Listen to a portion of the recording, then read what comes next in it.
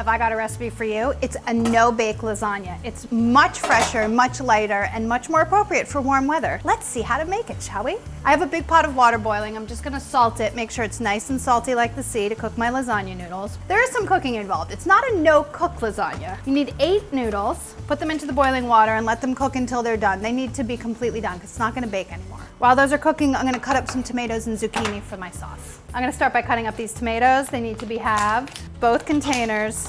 All right, trim the zucchini, cut them lengthwise, and then cut them crosswise into thin slices. It seems like a lot. We'll see. 1 small clove of garlic, minced. If you like a lot of garlic, just do more. Do a couple cloves. The garlic can go right in with the tomatoes because they're gonna cook together. And I'm gonna go and drain my pasta. I just checked it and it was pretty tender.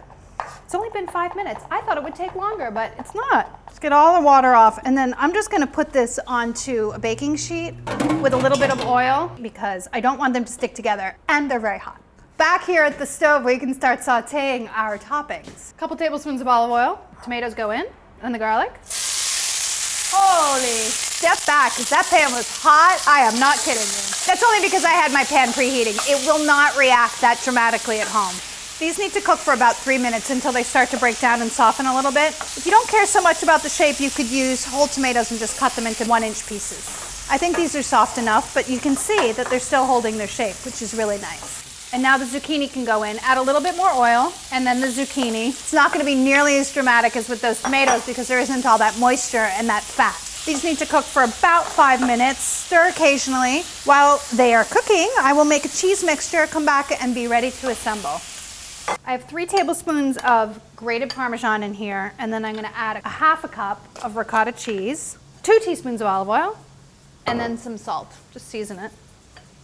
Now I just need to cut up some basil to add to my zucchini, and I also want some for spreading in the layers. I'll just pull some leaves off. I like the cute little ones. What about you? Do you like the cute little ones? Tablespoon for in the zucchini, give or take. I'm gonna stir this right into the zucchini.